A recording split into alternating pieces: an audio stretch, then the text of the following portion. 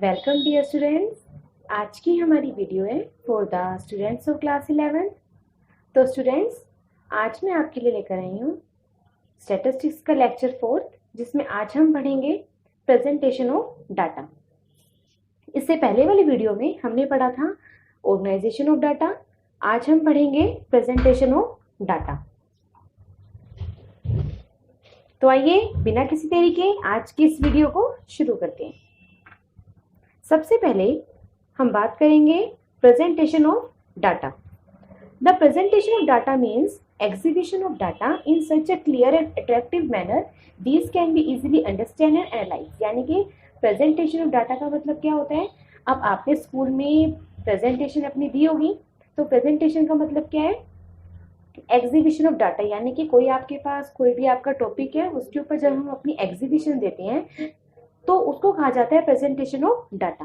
अब जब भी हम कोई भी प्रेजेंटेशन देते हैं तो उसका मतलब क्या होता है कि जो हम प्रेजेंटेशन दे रहे हैं वो कैसे हो, बिल्कुल क्लियर हो और कैसे हो, अट्रैक्टिव मैनर में हो, ताकि सामने वाला जो है, जो भी सामने पर्सन बैठा है, उसको वो इजीली अच्छे से समझ में आ जाए।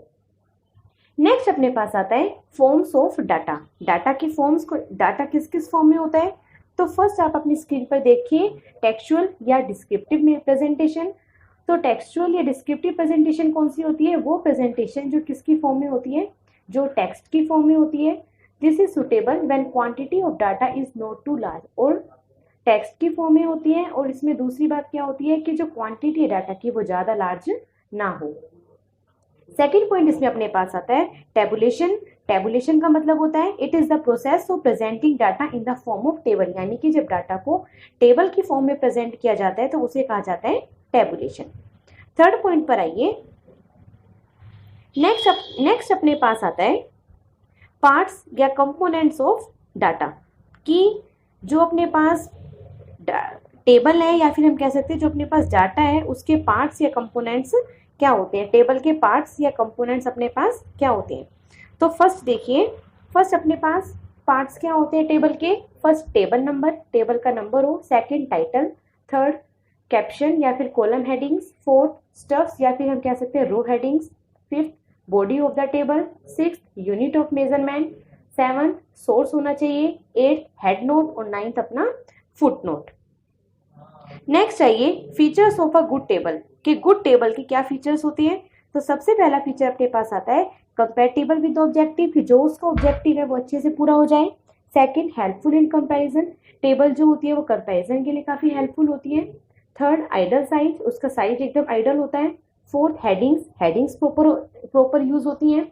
फिफ्थ सिंप्लिसिटी, जब हम टेबल का यूज करते हैं तो काफी सिंपल होती है देखने में। सिक्स सोर्सेज ऑफ डाटा, ज्यादा से ज्यादा हम डाटा के सोर्स का यूज कर सकते हैं। एंड सेवन परसेंटेज और रेशो, टेबल जो होती है उसमें परसेंटेज और रेशो को भी शो किया जा सकता है। नेक्स्ट अपने पास आता है काइंड्स ऑफ टेबल। अब टेबल की काइंड्स कौन कौन सी होती हैं। तो first according to purpose, purpose के according. Second according to originality, यानी कि ओरिजिनल लगे देखने में। थर्ड अकॉर्डिंग टू कंस्ट्रक्शन, और कैसी हो, कंस्ट्रक्शन हो। नेक्स्ट आइए classification of tabular presentation of data. अब टेबुलर जो प्रेजेंटेशन है उसका क्लासिफिकेशन किस तरह से होता है। तो फर्स्ट अपने पास आता है क्वालिटेटिव क्लासिफिकेशन। क्वालिटेटिव क्लासिफिकेशन कौन सा होता है, वो क्लासिफिकेशन जो किसके अकॉर्डिंग होता है, एट्रीब्यूट्स के अकॉर्डिंग। एट्रीब्यूट्स जैसे कि अपनी सोशल स्टेटस हो गया, नेशनलिटी हो गई, एसेट्रा। सेकंड आता है क्वांटिटेटिव क्लासिफिकेशन। क्वांटिटेटिव क्लासिफिकेशन के अंदर अपना क्या आता है, ये क्लासिफाई करता है बेसिक कैरेक्टरिस्टिक्स को, जैसे कि एज, हाइट, इनकम, यानी कि जिसको क्वांटिटी में मेजर किया जा सके। नेक्स्ट आता है third temporal classification. Temporal classification होता है it classify variable and data are categorize according to time. यानी कि टेम्परल क्लासिफिकेशन होता है जो वेरिएबल और डाटा को कैटेगराइज किया जाता है अकॉर्डिंग टू टाइम, टाइम के अकॉर्डिंग। जैसे कि टाइम का मतलब यहाँ पे आवर्स में, वीक्स में, ईयर्स में, एक्सेट्रा।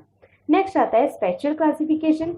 स्पेशल क्लासिफिकेशन जो होता है, स्पेशल क्लासिफिकेशन, ये किसके ऊपर बेस होता है, ये बेस होता है प्लेस के ऊपर, यानी कि प्लेस के ऊपर बेसिस होता है। जैसे कि इसमें क्या क्या आते हैं अपने पास, village, town, state, country, etcetera.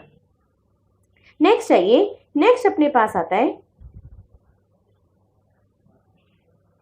Diagrammatic presentation. अब डायग्रामेटिक प्रेजेंटेशन क्या होती है कि जब हम डाटा को एक सिंपल और अट्रैक्टिव वे में प्रेजेंट करने के लिए डायग्राम का यूज करते हैं, उसे कहा जाता है डायग्रामेटिक प्रेजेंटेशन ऑफ डाटा। ठीक है, मतलब कि जब कोई भी डाटा है उसको हम और ज़्यादा अट्रैक्टिव बनाने के लिए और सिंपल वे में जब हम उसको डायग्राम की फॉर्म में एक्सप्लेन करते हैं या एक्सप्रेस करते हैं, उसे कहा जाता है डायग्रामेटिक प्रेजेंटेशन। अब टाइप्स ऑफ डायग्रामेटिक प्रेजेंटेशन की टाइप्स कौन कौन सी होती हैं? सबसे पहला अपने पास आता है ज्योमेट्रिक फॉर्म, जिसमें अपने पास आता है पाई डायग्राम, बार डायग्राम। अब बार डायग्राम जो होते हैं उसके भी सब पार्ट्स होते हैं, जिसमें सिंपल बार डायग्राम, मल्टीपल बार डायग्राम, सब डिवाइडेड और परसेंटेज बार डायग्राम। नेक्स्ट अपने पास सेकंड इसमें आता है फ्रीक्वेंसी डायग्राम। फ्रीक्वेंसी डायग्राम के अंदर क्या आता है अपना histogram, frequency polygon, frequency curve और अपना ओजाइव कर्व। नेक्स्ट अपने पास आता है अर्थमेटिक लाइन, ग्राफ और टाइम सीरीज डाटा। तो सबसे पहले हम बात करेंगे बार डायग्राम। बार डायग्राम क्या होता है? वो डायग्राम जो डाटा को प्रेजेंट करता है किस फॉर्म में? बार्स की फॉर्म में, या हम कह सकते हैं रेक्टेंगल्स की फॉर्म में जो एक्सप्रेस करता है उसे कहा जाता है बार डायग्राम। जिसमें फर्स्ट अपने पास आता है सिंपल बार डायग्राम।